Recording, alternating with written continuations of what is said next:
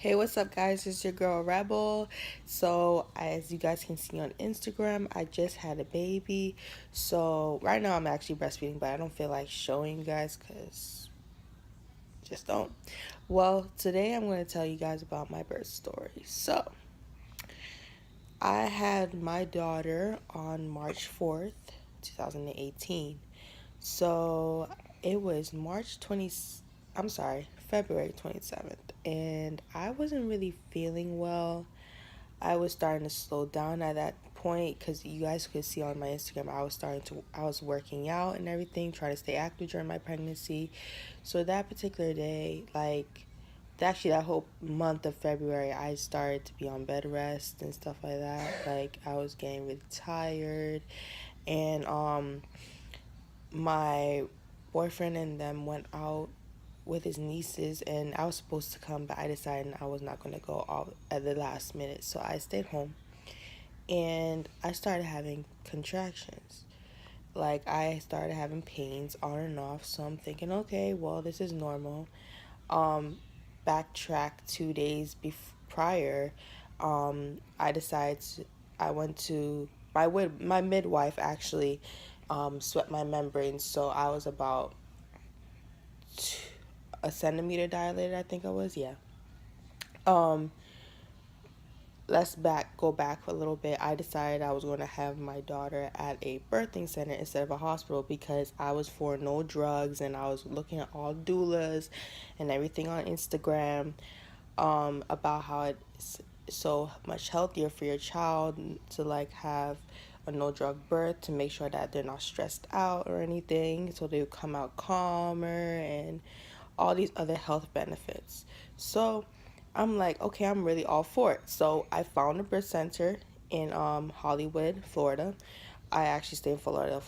So I found one in Hollywood, Florida, and I found a midwife, and we're like, yes, we're all for this. So to get everything going, I let her sweep my membranes 2 days prior, from February 27th, I think it was, and I was about 1 centimeter, and I was just staying like that for a while. So, um, so February 27th comes around, and I start having a little bit of pains and everything on and off. So nothing serious. So then on March 1st, 2 days later, I started having more and more contractions. Um, and that point, it was a lot of I was told I had to walk around. So we were walking around, and I started dialing a little bit more and more and more. Still wasn't going. So on March 1st, I'm still having a lot of contractions. So I stayed at the birthing center overnight, and still nothing happened. We were sent home, and I was kind of upset at that point because I'm like, I need to have this baby now because these contractions are getting shorter and shorter, and I'm just wondering, why is this baby not coming out? Um, Went back home, and we were told to labor more. At that point, TMI, I was throwing up as well as peeing at the same time. Um, it was terrible, terrible. Mind you, I'm not having any drugs or anything, so I'm feeling every pain come back to back to back, and I'm getting exhausted. And I was told I have to drink and I had to eat, even though I was throwing up. In the birth center is a little different from the hospital, because the hospital will tell you not to drink or eat anything. The birth center will tell you to drink and eat during the time you're having contractions. So um, I was told I had to drink more water. I had to drink, I think I was drinking cranberry juice. I'm not sure what kind of juice I had to drink. So then the contractions kept getting worse and worse. So that night we went back. After they sent us home that same day, we went back that night, and still nothing. So we're like, okay, what's going on? Like, this is like 2.5 days. So we went back home, and then the next morning, um, I was still not sleeping through the night, so I was still going through it. And then the morning time came around like 10 a.m., and I felt a little bit of water. come out. I thought it was just more mucus, to be honest, because I mean, you know how you see on the TV where you see water gushing out of people. It didn't happen like that for me. It was just like a little bit trickling, and that was my water breaking. So we went straight back to the birth center. Um, and at that time I could barely walk. I was in so much pain, and um, we stayed there 13 hours, 14 hours, still nothing. And I had dilated about to 6 centimeters that time. And I'm thinking, okay, what's going on? And I'm just out of it. Like my energy is gone and everything. You're telling me I have to walk and everything. At that point, I was started pushing. Still, nothing was happening. She was not coming out. At one point, actually, I had to sit on the toilet, and I thought she was gonna come out. I felt her head, and she just went right back up there.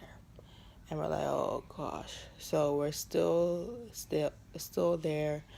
I'm laying down on the bed over there, and I'm still going through the contractions and still nothing. Um, the midwife over there definitely was trying her best every way to get her out, but still nothing was happening. But I had a feeling something was going on, but she wouldn't tell me what was going on until like 10 o'clock that night. I'm losing energy, and she's saying we have to transfer you to the hospital. And at that point, I was very devastated because I'm like, they're going to put me on drugs, and I'm not going to have the birth that I really want to. And she said she knew it for hours, but she was trying to do everything in her opinion. But I felt like if something was wrong hours before, I should have known, and it went, still. But so I was transferred to a hospital in Hollywood, Broward General, and as soon as I got to the hospital, I'm still having contractions. So it was almost like a movie scene where, like, the people are wheeling me into the hospital, and they're all like, and and I'm just having contractions, and everybody's looking at me and stuff like that. So we get to the desk, and I have to fill out some forms and everything, and we get up there to the triage, and everybody's rushing in the room, and I was just starting to push, and everybody's like, no, don't push, you have to wait. And I'm like, no, no, because mind you, I've been in labor for 3 whole days that time, and I was just so over it. I was starting to lose energy, so they had to put an oxygen mask around me, and at that point, I was freaking out. Like, and then I almost couldn't take it anymore, where I had stopped breathing. And they're like, no, you have to breathe, you have to breathe, you have to breathe. And I was just so tired that I was like, no, I was done. So then they made it start.